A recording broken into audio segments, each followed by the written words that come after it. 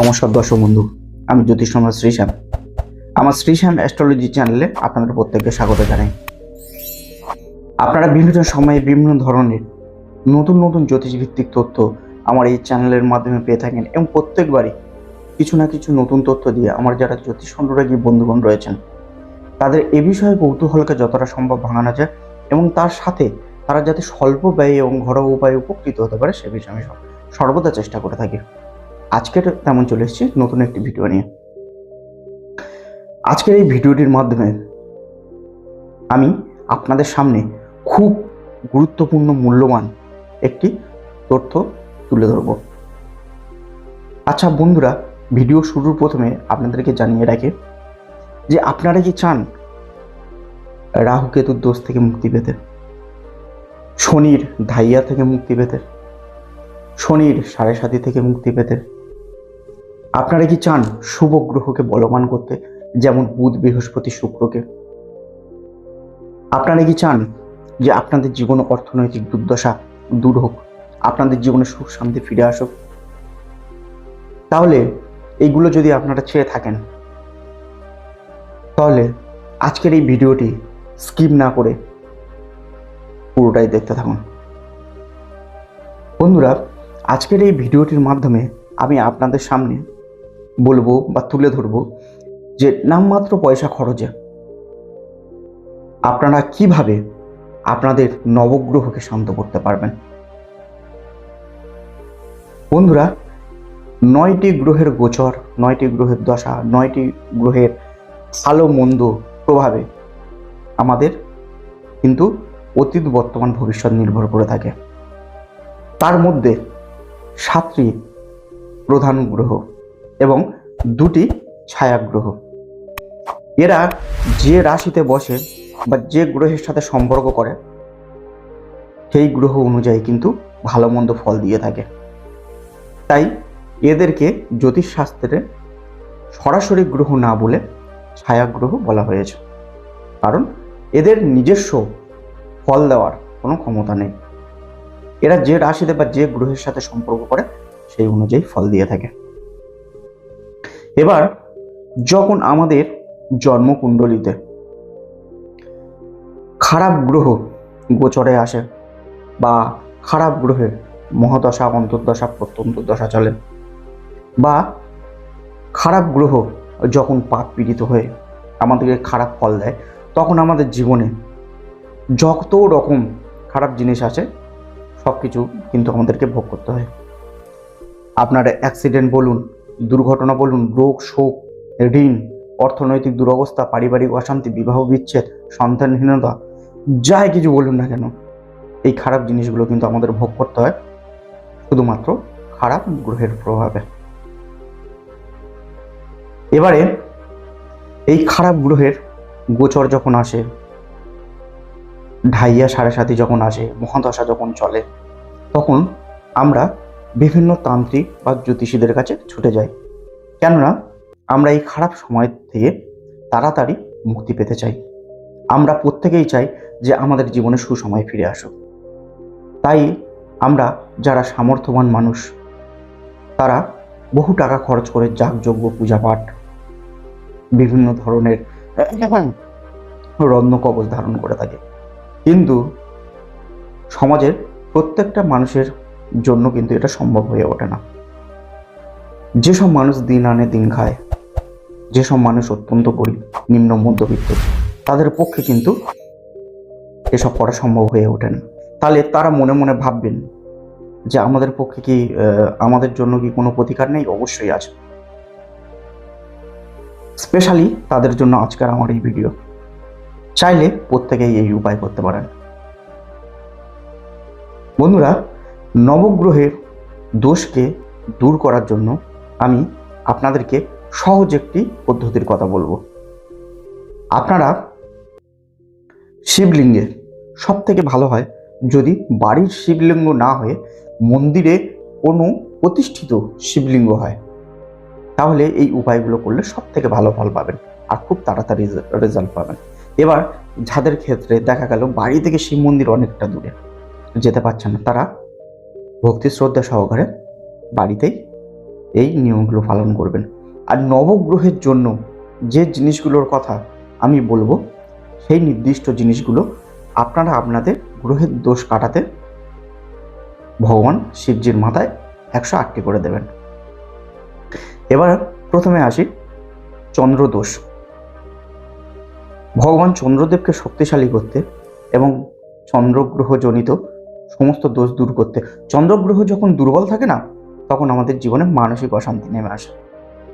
তো চন্দ্রগ্রহকে মজবুত করতে বা চন্দ্রদেবকে মজবুত করতে আপনারা পরপর কয়েকটি সোমবার 108টি করে আতপ চালের দানা অখণ্ড, মানে যেটা ভাঙা নয়, স্নান করার পরে শুদ্ধ বস্ত্রে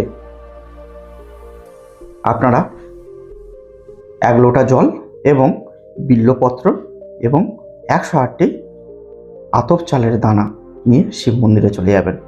গিয়ে আপনারা ওই চালটাকে, বেলপাতাটাকে এবং জলটাকে ভগবান শিবের মাথায় অর্পণ করবেন। করে যদি সম্ভব হয় ওখানে বসে অন্তত 108 বার উত্তর দিকে মুখ করে ভগবান শিবের, মেয়েরা হলে শুধুমাত্র নমঃ শিবায় এবং ছেলেরা হলে ওম নমঃ শিবায় মন্ত্রটি কমপক্ষে 108 বার জপ করুন। পরপর এইরকম নিয়মে পরপর কয়েকটি সোমবার করার পরে আপনাদের চন্দ্রগ্রহ কিন্তু মজুদ হবে। এবার আসি রবি গ্রহ। রবি হচ্ছে আমাদের মান সম্মান প্রতিপত্তির কারক।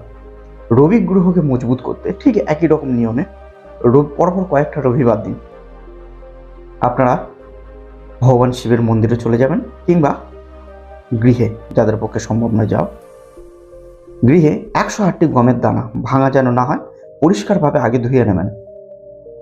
ধুয়ে নিয়ে ঠিক একই নিয়মে গমের দানা 108টা ভগবান শিবের মাথায় দেবেন, বিল্বপত্র দেবেন, 1 লোটা জল দেবেন, দিয়ে ওখানে বসে 108 বার ওম নমঃ শিবায় মন্ত্র জপ করবেন। ছেলেরা হলে ওম নমঃ শিবায়, মেয়েরা হলে শুধুমাত্র নমঃ শিবায় জপ করবেন। এবার আসি মঙ্গল গ্রহ। মঙ্গল গ্রহ হচ্ছে আমাদের জমি জমা, আমাদের সাহস, আমাদের আত্মবলের কারক। তাই মঙ্গলজনিত কোনো দোষকে দূর করতে এবং মঙ্গল গ্রহকে পাওয়ারফুল করতে আপনারা 108টি মুসুরির ডাল অবশ্যই যে কোনো জিনিস যখনই দেবেন তার আগে কিন্তু ধুয়ে নেবেন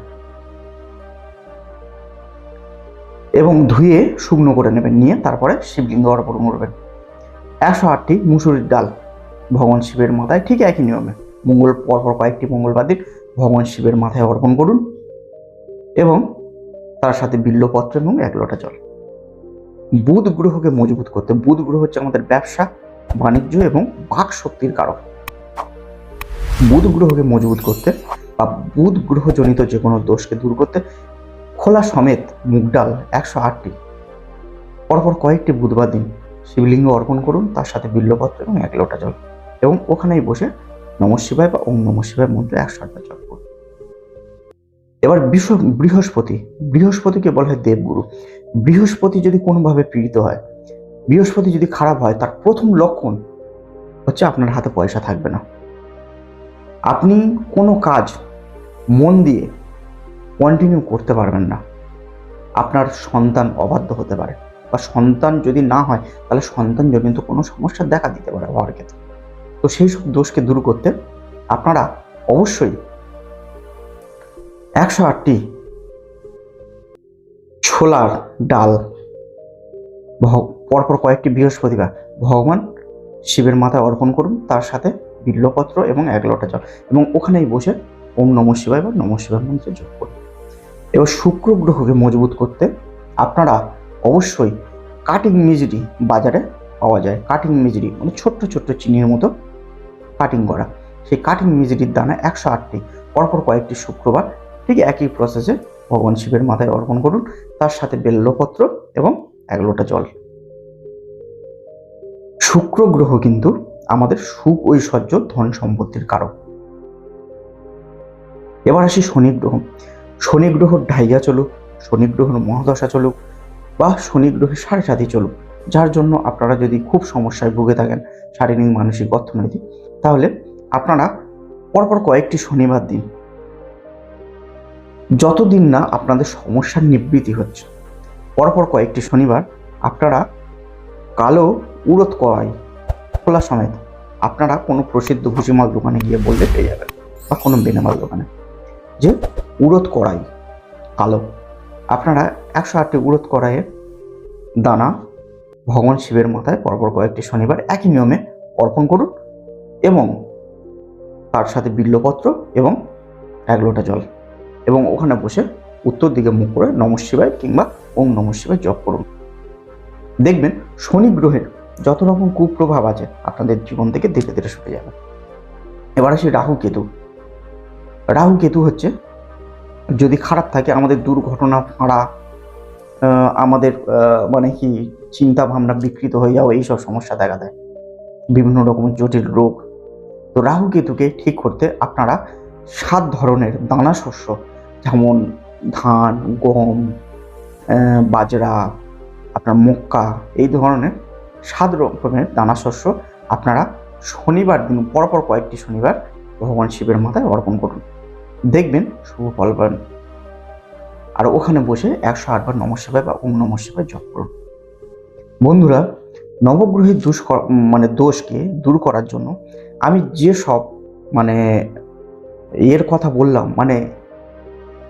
জিনিসগুলো আপনার নির্দিষ্ট গ্রহের দোষের জন্য নির্দিষ্ট রকম জিনিস দিয়ে ভগবান শিবকে অভিষেক করাতে বললাম, সেই জিনিসগুলো দিয়ে আপনারা অভিষেক করে দেখুন। পরপর কয়েকটা সপ্তাহ করার পরে আপনারা নিজেরাই এর এফেক্ট বুঝতে পারবেন। আপনাদেরকে কোনো জ্যোতিষ, কোনো তান্ত্রিক কারোর কাছে যেতে হবে না, দামি দামি গ্রহ রত্ন ধারণ করতে হবে। আপনারা ভক্তি, শ্রদ্ধা, বিশ্বাস সহকারে এই উপায়গুলি করে দেখুন, আপনাদের জীবনে পজিটিভ পরিবর্তন আসতে বাধ্য। বন্ধুরা, আমার আজকের এই ভিডিওটি যদি আপনাদের বিন্দুমাত্র ভালো লেগে থাকে তাহলে ভিডিওটিকে একটি লাইক করবেন, শেয়ার করে নিজের প্রিয়জনদের কাছে পৌঁছে দেবেন, এবং চ্যানেলটাকে অবশ্যই সাবস্ক্রাইব করে বেল আইকনটাকে প্রেস করে দেবেন, যাতে আমার পরবর্তী ভিডিওর নোটিফিকেশনগুলো অতি সহজে এবং অতি দ্রুত আপনাদের কাছে পৌঁছে যেতে পারে। নমস্কার।